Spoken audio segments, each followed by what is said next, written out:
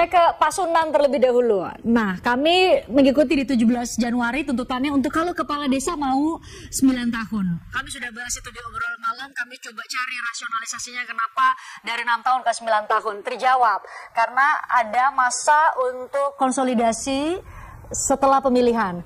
Tapi kalau untuk PPDI, Persatuan Perangkat Desa atau Perangkat Desa, rasionalisasinya sampai 60 tahun itu kira-kira Bapak bisa jelaskan nggak kenapa?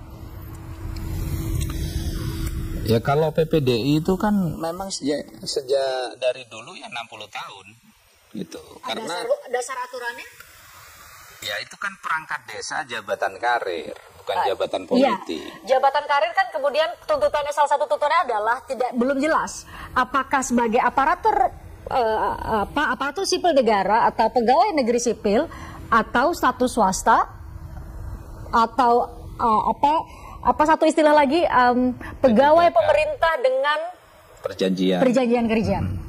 Ya, jadi apa yang diperjuangkan, kalau sudah dari dulu 60 tahun ngapain dituntut lagi Pak kalau gitu? Penegasan saja kalau yang 60 tahun itu. Jadi kalau terkait dengan status mereka, apakah ASN atau P3K, nah ini yang belum jelas. Gitu loh. Okay. Nah itu maka yang mereka perjuangkan. Oke, sebentar. Jadi kalau status belum tahu nih ASN, PNS atau P3K ya. Tapi soal 60 tahun sudah jelas. Kalau 60 dasarnya tahun apa? Selama ini ya memang sudah 60 tahun. Kalau kita berkaca di Undang-Undang ASN kan hanya paling muda 53 tahun, paling tua 65. Iya, jadi yang terjadi, kita lihat realitasnya itu yang terjadi selama ini 60 tahun memang. Apa dasarnya? Jangan bilang selama ini. Dasar hukumnya apa, Pak Sunan? Ya kan memang sudah ada di Undang-Undang Desa nomor 6 tahun 2014. Nah, makanya ini kan mereka ini ingin sebuah penegasan karena ada arus ya kan yang sebenarnya ini sebuah bentuk kesalahpahaman bahwa jabatan perangkat desa disamakan dengan jabatan kepala desa gitu. Sehingga mereka perlu untuk ibaratnya mempertahankan eksistensi mereka sebagai perangkat desa seperti itu. Mas Arya Bima, Anda menangkap ketidakjelasan atau ada bias informasi tadi, kita spesifik dulu ya ke PPDI, ke perangkat desa maksud saya. Ada bias informasi bahwa perangkat desa masa jabatannya kemudian hampir atau disamakan dengan kepala desa yang dipilih secara langsung. Itukah terjadi secara faktual atau seperti apa sebenarnya yang terjadi?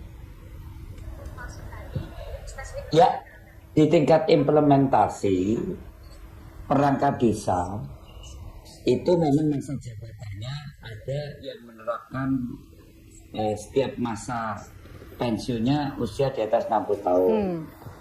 Tapi ada di daerah tertentu juga perangkat desa yang masa tugasnya itu sama juga dengan masa jabatan kepala desa. Itu kenapa Pak? Atau ada dua-duanya, Ada yang sebagian tetap menjadi perangkat desa yang permanen. Saya kurang tahu persis dasar hukumnya. Memang dia menjadi perangkat desa yang permanen siapapun kepala desanya, atas berapa pergantian periodisasinya dia tetap perangkat desa.